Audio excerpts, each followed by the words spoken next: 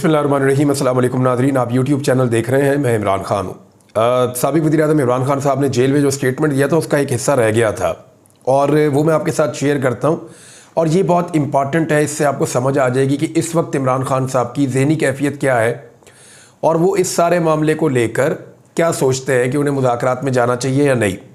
क्योंकि बड़ी खबर जो है वो मुज़ाकरात के हवाले से है। मुस्लिम लीग नून की हुकूमत ने भी एक स्ट्रेटजी मुज़ाकरात पे बनाई हुई है। पीपल्स पार्टी उनके साथ खड़ी हुई है। पीटीआई क्या कह रही है इसको समझने के लिए पहले आप सुने कि इमरान खान साहब के साथ हो क्या रहा है। वो ये कहते हैं कि 24 घंटों में मैं 2 मरतबा खाना खाने के लिए अपने सेल से बाहर आता हूँ, जो तकरीबन 2 घंटे का टाइम बनता है।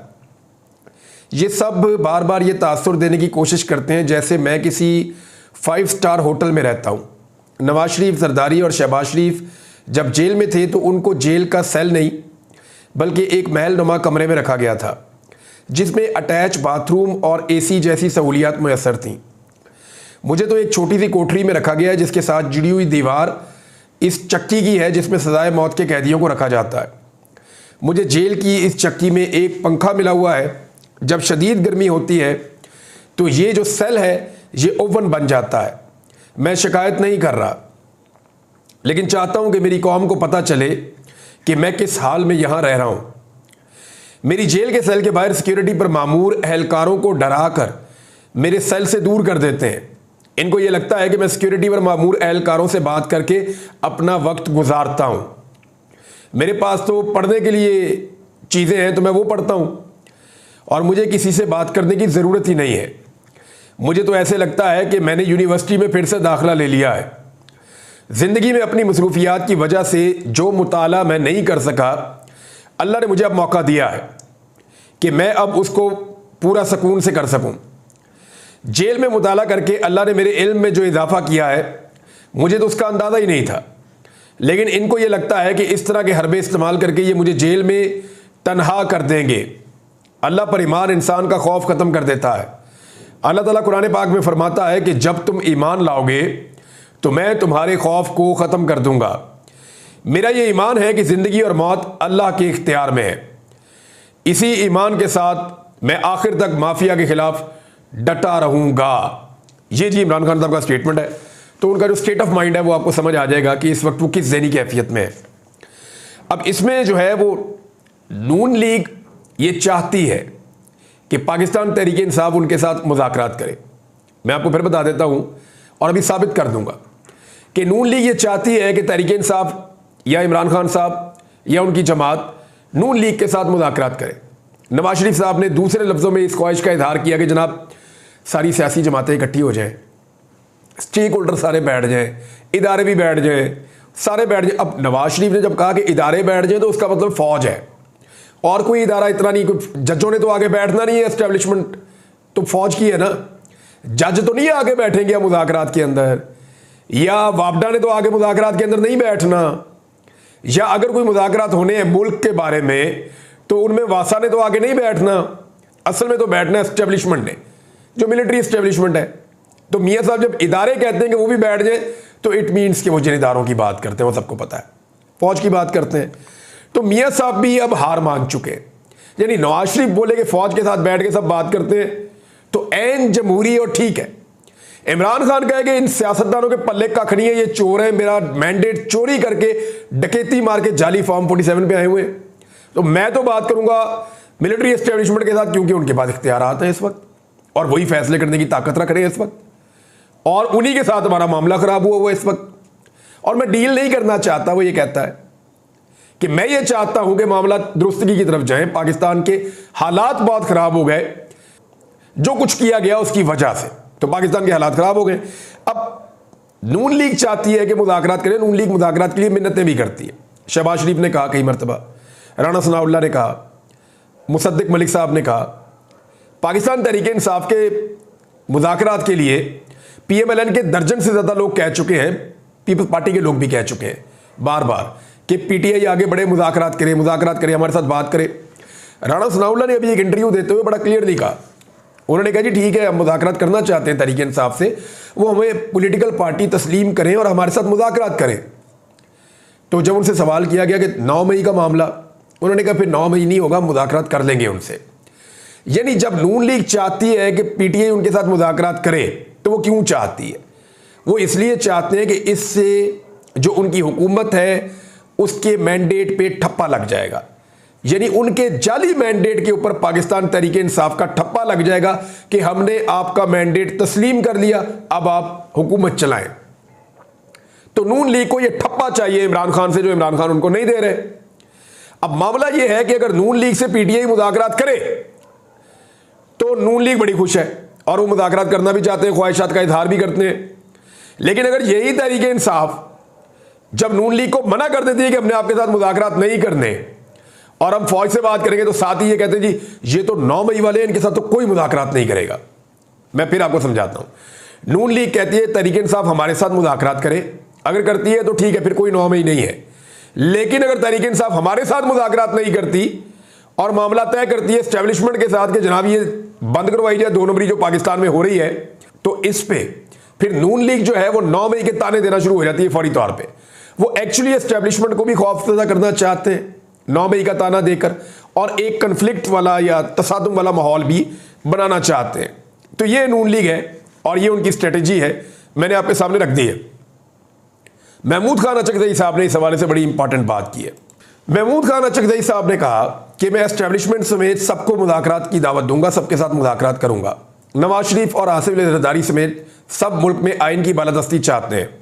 कौमी असम्बली में खिताब करते हुए महमूद अचकज़ई ने कहा कि तमाम सियासी जमातें बैठ कर मुल्क का सोचें, मुज़ाकरात होंगे और होने चाहिए, और मुल्क के बारे में बैठ कर सोचना होगा। मेरी कुछ अर्सा पहले महमूद खान अचकज़ई साहब से बात भी हुई थी, तो उन्होंने कहा था कि जो एस्टेब्लिशमेंट है पाकिस्तान की, या मिलिट्री एस्टेब्लिशमेंट है, उनका यह मानना है कि इसको अब सेफ एग्जिट दे देना चाहिए और इन्हें मौका देना चाहिए कि ये अपने आप को सियासत से बाहर निकाल कर ले जाएं, चाहे इस मकसद के लिए सारी पॉलिटिकल पार्टीज को बैठ के फैसला करना पड़े। लेकिन उनके नजदीक भी हाल यही है कि जो पीटीआई के साथ एक बहुत बड़ी ज्यादती हुई है, तो एक्चुअली तो ये पूरे पाकिस्तान के साथ ज्यादती हो गई। मैंडेट था किसी और का, दे दिया किसी और को। तो जब तक इसका हल नहीं निकलता आगे नहीं बढ़ सकते। डेडलॉक वहां पे लगा हुआ है कि एक जाली हुकूमत आकर बैठी और वो सीरियस हो गई है कि उनकी हुकूमत है, जबकि जिनकी हुकूमत बननी चाहिए थी अवाम आज भी उनके साथ खड़ी हुई है। अब मुज़ाकरात के अंदर वो जो हुकूमत बन गई है वो चाहती है जी मुज़ाकरात हो जाए, एस्टेब्लिशमेंट चाहती है कि इस्तेहकाम आ जाए, और लोगों ने जिनको वोट डाला है लोग उनका इंतजार कर रहे हैं। तो ये एक डेडलॉक है जिसमें सारे फंसे हुए हैं। लेकिन एक चीज मैं आपको बताऊं, एनालिसिस मेरा ये है कि मुज़ाकरात की बत्ती के पीछे लगा के ना हुकूमत कार्रवाइयां डाल रही है, हुकूमत अपने नंबर पूरी कर रही है। यानी राणा सनाउल्लाह साहब ने बड़ा क्लियरली, नईम अशरफ भट्ट साहब है जर्नलिस्ट, उनको उन्होंने एक इंटरव्यू दिया और उसमें खबर ये निकली कि राणा सनाउल्लाह साहब ने कहा कि जो कादी फ़ायदी साहब है ना, वो एक्सटेंशन नहीं लेना चाहते। जब उन्हें कहा गया तो उन्होंने कहा मैं एक्सटेंशन नहीं लेता, लेकिन अगर तमाम जजेस की मुद्दत मुलाजमत बढ़ जाती है या उम्र की हद बढ़ जाती है जजेस की, तो उस पर मुझे कोई एतराज़ नहीं होगा। यानी कादी फ़ायदी साहब ये चाहते हैं कि उनको एक्सटेंशन देकर सिंगल आउट ना किया जाए, बल्कि एक कानून ऐसा बना दिया जाए जिसके ज़रिए से जजों की उम्र की हद बढ़ जाए और उसका फ़ायदा काजी फायज़ ईसा साहब को हो जाए। अच्छा, उसका एक तो पीटीआई को नुकसान होगा। कादी फायज़ ईसा साहब ने जो पीटीआई के साथ किया है वो वही करेंगे अगर उन्हें फर्दर काम करने की इजाज़त मिल जाती है या कोई कानून ऐसा बन जाता है। लेकिन राणा साहब ने साथ ही कहा कि हमारे पास आईनी तरमीम के लिए वोट पूरे नहीं है, वोट पूरे होंगे तो फिर ये आईनी तरमीम करेंगे, ये राणा सनाउल्लाह साहब ने कहा। तो मेरे ख्याल में मुज़ाकरात के ट्रक की बत्ती के पीछे लगा के ना हुकूमत कार्रवाइयाँ डाल रही है। एक कार्रवाई तो उन्होंने ये डाल दी कि उन्होंने अपने नंबर वो पूरे कर रहे हैं, यानी किसी तरह भी वो अपने नंबर पूरे कर रहे हैं। और मुबैना तौर पे कुछ खबरों के मुताबिक फजलुर रहमान साहब के साथ उनके मामला अभी ख़त्म नहीं हुए, वहाँ डील चल रही है। कुछ चीज़ें फजलुर रहमान साहब ने मांगी हैं, हो सकता है कि वो चीज़ें हुकूमत फजलुर रहमान साहब को दे दे, और अगर वो दे देती है तो फिर फजलुर रहमान साहब हुकूमत का साथ दे सकते हैं। ये खबरें आ रही हैं, ये मेरी खबर नहीं है, क्योंकि मेरी नज़र में अभी भी मौलाना फजलुर रहमान साहब जो है वो स्टेटस को के साथ बड़े कंफर्टेबल तो होते हैं, लेकिन कोई भी सियासतदान इतनी बड़ी कीमत नहीं अदा कर सकता कि अपनी सियासत ही तबाह कर ले कुछ ओहदों के पीछे। तो फजलुर रहमान साहब अगर अपनी एक सियासी खुदकुशी करना चाहते हैं तो ये उनकी अपनी मर्जी है। लेकिन इसी कशमकश के माहौल में हुकूमत ने सुप्रीम कोर्ट ऑफ पाकिस्तान में जजेस की तादाद बढ़ाने का एक तरमीमी बिल सेनेट में पेश कर दिया, यानी यहाँ सेनेट से वो काम शुरू कर रहे हैं, बाद में वो जाएंगे कौमी असम्बली में और वो अपना एक बिल पास करवा लेंगे। ये कोई इतना मुश्किल नहीं होगा, सेनेट में इन्होंने पेश कर दिया। ये एक्चुअली अपने जो जजेस की जो तादाद है उसको बढ़ाकर 21 करना चाहते हैं। ये सेनेटर अब्दुल कादिर ने बिल पेश किया और जजेस की तादाद वो कहते हैं जी कम है और केसेस लगने में कई साल लग जाते हैं और इसलिए अब जजों की तादाद बढ़ाने का बिल पेश किया जा रहा है और इसमें जो जजेस हैं उनकी तादाद बढ़ाकर अब 21 कर दी जाएगी। यानी चीफ जस्टिस के अलावा मज़ीद वहाँ पे 20 जजेस मौजूद होंगे, क्योंकि फुल कोर्ट में काजी फ़ायद ईसा साहब को शिकस्त हो चुकी है और हुकूमत को वहाँ पे शिकस्त हो चुकी है। तो हुकूमत हम ख्याल जजों को लाना चाहती है सुप्रीम कोर्ट ऑफ पाकिस्तान में मुबैना तौर पे, और यही एलिगेशन पाकिस्तान तहरीक इंसाफ लगा रही है। उनका ये कहना है कि क्योंकि सुप्रीम कोर्ट ऑफ पाकिस्तान के जो इस वक्त के नंबर्स हैं, कोर्ट रिपोर्टर से जब मैं बात करता हूँ तो वो ये कहते हैं कि 10 के करीब जजेस जो हैं वो काजी साहब की सोच से इख्तलाफ रखते हैं, जबकि 8 जजेस ऐसे हैं जो काजी साहब की सोच से इत्तफाक रखते हैं। तो ये 18 हो गए। एक जज जो है उनके बारे में सब लोग कंफ्यूज हैं, और अगर यहाँ पे 4 जजेस मज़ीद लाए जाते हैं तो फिर ये जजेस की तादाद बढ़ के काफ़ी ऊपर चली जाएगी। 21 करने की कोशिश कर रहे हैं।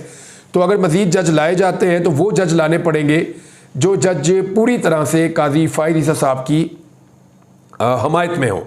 अब एक बात है कि जस्टिस आमिर फ़ारूक साहब, उनका सबसे पहले हक बनता है जो इस्लामाबाद हाई कोर्ट के चीफ जस्टिस हैं कि सीनियरिटी की बुनियाद के ऊपर उनको सुप्रीम कोर्ट ऑफ पाकिस्तान में पहुंचाया जाए। अब आमिर फ़ारूक साहब को पहुंचाना इसलिए भी मेरे ख्याल में टेक्निकली ज़रूरी है कि उनके खिलाफ इमरान खान साहब ने एक बड़ा तगड़ा रेफरेंस दायर किया हुआ है और उस रेफरेंस में उनके लिए बड़ी सीरियस मुश्किलात हैं, क्योंकि 3 मुअज़्ज़िज़ जज साहिबान जो हैं इस्लामाबाद हाई कोर्ट के, उन्होंने तो पूरा का पूरा कुछ 30-40 सफ़े लिखे हुए हैं और वो बता रहे हैं मिसकंडक्ट की पूरी कहानी। तो आमिर फ़ारूक साहब के लिए मुश्किलात बहुत ज़्यादा है, तो उन्हें सुप्रीम कोर्ट ऑफ पाकिस्तान में भिजवाएं, क्योंकि वो फिर एक नई अपॉइंटमेंट हो जाती है तो उसमें उनकी बचत हो सकती है। लेकिन अगर वो इस्लामाबाद हाई कोर्ट के चीफ जस्टिस रहते हैं तो उन्हें इस रेफरेंस का सामना करना पड़ेगा। अभी नहीं करेंगे तो जस्टिस मंसूर अली शाह साहब के दौर में करना पड़ेगा, तो ये मुश्किलात उनके लिए आ जाएंगी। और पिछली मरतबा भी जब जजेस आए थे या उससे पिछली मरतबा भी जब जजेस आए थे सुप्रीम कोर्ट ऑफ पाकिस्तान में, तो सीनियर होने के बावजूद जस्टिस आमिर फ़ारूक साहब को सुप्रीम कोर्ट ऑफ पाकिस्तान में नहीं भिजवाया गया। उसका रीज़न ये है कि हुकूमत को ये लगता है या निज़ाम ये समझता है कि अगर जस्टिस आमिर फ़ारूक साहब प्रमोट होकर या ऊपर चले गए सुप्रीम कोर्ट में, तो इस्लामाबाद हाई कोर्ट में जो एक कंट्रोल किया जाता है सारे सिनेरियो को या चीज़ों को, अब वो नहीं हो पाएगा। वहाँ पे जस्टिस मोहसिन अख्तर कियानी साहब आ जाएंगे और उनकी सोच टोटली डिफरेंट है और वो किसी और तरह से चीज़ों को देखते हैं। तो इसलिए अब देखना यह है कि यहाँ फैसला क्या होता है। क्या आमिर फ़ारूक साहब खतरे में रहेंगे इस्लामाबाद हाई कोर्ट में रहते हुए, या वो सुप्रीम कोर्ट ऑफ पाकिस्तान में पहुँचेंगे और यहाँ पे जस्टिस मोहसिन अख्तर कियानी साहब इस्लामाबाद हाई कोर्ट के चीफ जस्टिस बनेंगे। ये बहुत इंपॉर्टेंट है मामला। नाज़रीन, नवाज शरीफ साहब जो है वो अब पाकिस्तान से बाहर जाने की उनकी बातें हो रही हैं। मेरे ख्याल में मियाँ साहब अगर पाकिस्तान से बाहर जा रहे हैं ना, और उनकी ख्वाहिश मुज़ाकरात की भी है, देखें मियाँ साहब का सारा इन्हिसार काजी फ़ायद ईसा साहब पे है। काजी फ़ायद ईसा साहब हैं तो मियाँ साहब हैं, काजी फ़ायद ईसा साहब नहीं हैं तो मियाँ साहब के लिए मुश्किलात हैं। तो मियाँ साहब दोबारा से बीमार होकर पाकिस्तान से बाहर जा रहे हैं, अल्लाह ताला उनको सेहत अता फरमाए। लेकिन ये बड़ी ज़्यादती है, जब बीमार करना होता है तो सबसे पहले मियाँ साहब को बीमार कर देते हैं, फिर बाकी एक एक करके बीमार होकर निकलते हैं। तो सबसे पहले हमेशा मियाँ साहब को बीमार किया जाता है। मियाँ साहब का इमरान खान साहब कह रहे हैं सामान पैक है, तो मेरे ख्याल में एक शापर में मियाँ साहब को उनका विजन भी डाल के दे देना चाहिए और मियाँ साहब को कहना चाहिए कि मियाँ साहब हैंड कैरी कर लो और ये अपना विजन भी आप अपने साथ लेकर लंदन चले जाएं। विजन मियाँ साहब का ऐसा है और ये मजाक इन्होंने खुद बनाया है, यानी जो कामयाबी होती है उसमें डाल देते हैं मियाँ साहब आपका विजन है, और जहाँ नाकामी होती है वो डाल देते हैं जी फलां की वजह से हो गई है। अब जो क्रिकेट टीम की ठुकाई हुई है और बांग्लादेश जैसी टीम ने आगे पाकिस्तान में जो हालात कर दिए हैं, इसका सहरा मोहसिन नकवी साहब के सर पे ना बांधे तो किसके सर पे बांधे। टेस्ट मैच उन्होंने 1 हरा दिया है, दूसरा टेस्ट मैच आज आखिरी दिन है, 143 रन चाहिए बांग्लादेश को और उनकी 10 विकेटें बाकी हैं। मौसम की वजह से पाकिस्तान को एक बेनिफिट है, और अगर विकेट जो है उसके अंदर मॉइस्चर बहुत ज़्यादा रहा तो पाकिस्तानी बॉलर शायद इससे फ़ायदा उठाने में कामयाब हो जाएं। और उसूलन होना तो ये चाहिए कि दुनिया की बेहतरीन टीम है तो बांग्लादेशी टीम को आउट करे, और क्रिकेट में ये हो सकता है, हम उम्मीद भी करते हैं। लेकिन जैसे ही क्रिकेट बांग्लादेश ने पाकिस्तान में खेली है और जैसे ही क्रिकेट पाकिस्तानियों ने पाकिस्तान में खेली है, इसके ऊपर तो मियाँ साहब के विजन को सलाम है। तो मियाँ साहब का विजन जो है वो एक शापर में डाल के मियाँ साहब के हाथ में पकड़ाएं कि मियाँ साहब हैंड कैरी कर लो और लंदन अपने साथ अपना विजन भी लेके जाएं। इस विजन ने पाकिस्तान में तबाही फेरी है। मुराद सईद के बारे में एक खबर चल रही है, पूरे पाकिस्तान के मीडिया पे हेडलाइंस चलवाई जा रही है, छपवाई जा रही है कि जनाब खैबर पख्तूनख्वा की हुकूमत का मुराद सईद से राब्ता, मुराद सईद ने मशवरे दिए या इन्फ्लुएंस किया। भाई एक तो मुराद सईद वो कहा जा रहा है जी वो इश्तिहारी हैं और वो मौजूद नहीं है और उनकी गिरफ्तारी मतलूब है, तो वो कैसे मशवरा दे सकते हैं? अच्छा, इसका किसी के पास कोई सबूत नहीं है। मुराद सईद ने खैबर पख्तूनख्वा की हुकूमत के साथ राब्ता किया, किसी के पास कोई सबूत नहीं है। मुराद सईद के मशवरों में खैबर पख्तूनख्वा हुकूमत चल रही है, इसका भी किसी के पास कोई सबूत नहीं है। लेकिन मेरे पास कुछ सबूत है जिसमें पाकिस्तान के मीडिया ने बेशर्मी दिखाई थी। क्या याद है 2022 में नवाज शरीफ साहब बरतानिया में थे और शहबाज शरीफ पूरी कैबिनेट लेकर जाते थे 2022 में, 2023 में पूरी काबीना उठाकर ले जाते थे जाके लंदन में मियां नवाज शरीफ साहब के उन अपार्टमेंट्स में बैठ के जिनके पैसों का वो हिसाब नहीं दे सके, वहां पे बैठ के मशवरे करते थे। यानी बड़ी बड़ी तैनातियों के मशवरे मियां नवाज शरीफ ने किए, बड़ी बड़ी एक्सटेंशंस के जो मशवरे हैं वो मियां नवाज शरीफ साहब ने वहां दिए और फैसले किए मियां नवाज शरीफ ने। और मियां नवाज शरीफ कौन थे? सजा याफ्ता मुजरिम भी और इश्तिहारी भी। यानी मुराद सईद तो मुलजिम है ना, नवाज शरीफ मुजरिम, सजा याफ्ता और इश्तिहारी, और पाकिस्तान की कैबिनेट जाके वजीर आजम जाके उनसे मशवरा लेकर फैसला करता है कि पाकिस्तान को कैसे चलाना है और किसको किस ओहदे पे बिठाना है। वहां तो मीडिया नहीं बोला, मीडिया ने मुंह भी नहीं खोला, सबूत मौजूद थे मीडिया के पास। इसहाक डार साहब को जैसे पाकिस्तान लाया गया, नवाज शरीफ को जैसे पाकिस्तान लाया गया, दोनों इश्तिहारी थे। सरकारी प्रोटोकॉल, सरकारी तैयारे, पूरे वजीर आजम के प्रोटोकॉल के अंदर पाकिस्तान में उतरे, पूरा निजाम एयरपोर्ट पे मौजूद था इनको रिसीव करने के लिए, और लाकर इनको कहा जी पाकिस्तान अब बेहतर है, बेड़ा गर्क कर दो। उन्होंने आगे मईशत का भट्टा बिठा दिया पकड़ के, हर चीज को खराब कर दिया, हर चीज का बेड़ा गर्क इन्होंने आकर किया और इनको प्रोटोकॉल के अंदर यहां पहुंचाया गया। तो ये इश्तिहारी नहीं थे। उस वक्त तो पाकिस्तान का मीडिया रिपोर्ट कर रहा था, पता नहीं ये कहां लेकर जा रहे हैं पाकिस्तान को एशियन टाइगर बनाने के लिए आ गए, पाकिस्तान में महंगाई का ये खात्मा कर देंगे। मीडिया को तब नजर नहीं आया कि कोई इश्तिहारी है, वो हुकूमत चला रहा है और बबांगे दोहल कह रहे हैं कि वो फैसले कर रहा है, और यहां पे एक शख्स जिसके बारे में कोई सबूत भी नहीं है उस पर मीडिया हेडलाइंस छाप रहा है।